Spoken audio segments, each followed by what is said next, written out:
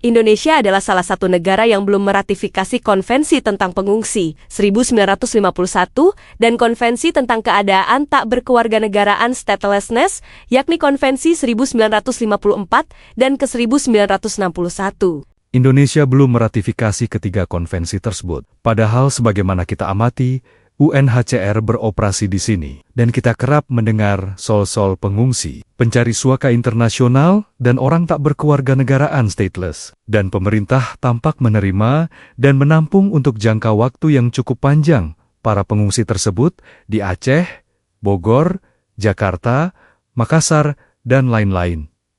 Bukankah ini kontradiktif? Bagaimana pendapat Bapak? Ya, kita sebenarnya menerima mereka tidak karena kita tidak punya pilihan ya sebenarnya ya. Memang kalau pendekatannya itu adalah tegas secara hukum saja, mungkin ya sudah kita akan tolak mereka, nggak bisa masuk dia melalui perairan kita. Gitu loh. Kita menggunakan cara-cara penegakan hukum yang represif. Tetapi saya kira pendekatan kemanusiaan itu tidak buruk juga menurut saya ya. Kita di tengah keterbatasan kita untuk menangani hal-hal seperti ini, lalu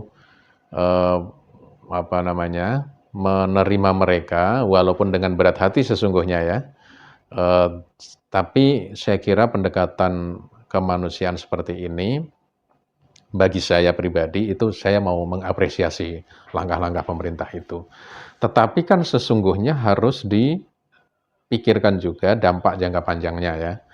Jadi mereka ini apalagi kalau sudah cukup lama bertahun-tahun atau apalagi sudah menikah nanti melahirkan anak gitu ya, ini menjadi hal yang complicated juga secara hukum. Jadi saya kira pendekatan yang dipakai yaitu pendekatan kemanusiaan, oke, saya mau apresiasi itu. Tetapi juga harus dilakukan langkah-langkah berikutnya. Kan mereka tentunya nggak bisa begitu saja ya terus-menerus berada di sini tanpa kepastian. Karena ketika mereka tidak diakui sebagai warga negara, otomatis hak-hak dasar mereka juga agak sulit untuk bisa dipenuhi. Seperti kita tahu bahwa dokumen-dokumen administrasi kependudukan itu kan menjadi persyaratan untuk dinikmatinya hak-hak asasi manusia tertentu gitu kan. Karena itu orang yang tidak punya dokumen-dokumen administrasi kependudukan biasanya tidak bisa negara lalu memberikan hak-haknya. Nah, karena itu saya kira perlu diadakan ya koordinasi dengan negara asalnya mereka. Langkah-langkah seperti ini saya kira akan jauh lebih bermartabat ya misalnya. Dan tentunya ya tidak bisa kita membiarkan mereka berlama-lama. Nah, memang kan ada perwakilan UNHCR, United Nations High Commission for Refugees.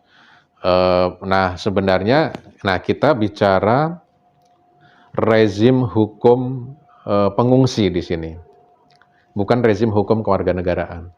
Karena kalau kewarganegaraan sudah clear ya bahwa kewarganegaraan itu hanya bisa didapatkan melalui regulasi yang diatur di dalam Undang-Undang Nomor 12 Tahun 2006. Nah, kalau pengungsi, ya kita tunduk pada ketentuan-ketentuan yang berlaku universal. Nah, karena itu kalau tadi pendekatan pemerintah kita adalah kemanusiaan yang diarus utamakan, sebenarnya kita patut apresiasi itu. Walaupun kalau nakal dalam tanda petik ya mereka bisa kita tolak masuk gitu sejak awal daripada membuat repot, maka sudah dihalau saja. Begitu. Nah, tetapi menurut saya itu adalah pendekatan yang tidak manusiawi dan kita bisa menjadi contoh baik bahwa pendekatan kemanusiaan itu menjadi hal yang perlu dilakukan, tetapi jangan sampai kemudian ini berlarut-larut lalu dia tinggal di Indonesia tanpa kejelasan kewarganegaraan. Setelah itu kita mau mengembalikan mereka juga tidak mungkin. Nah, ini adalah problem-problem yang saya kira tidak bisa diatasi oleh negara Republik Indonesia sendiri. Ini akan melibatkan negara asal mereka juga. Nah, saya kira tantangan diplomasi kita di bidang pengungsi, di bidang hukum kewarganegaraan ini adalah salah satunya hal-hal yang berkaitan dengan pengungsi ini. Demikian.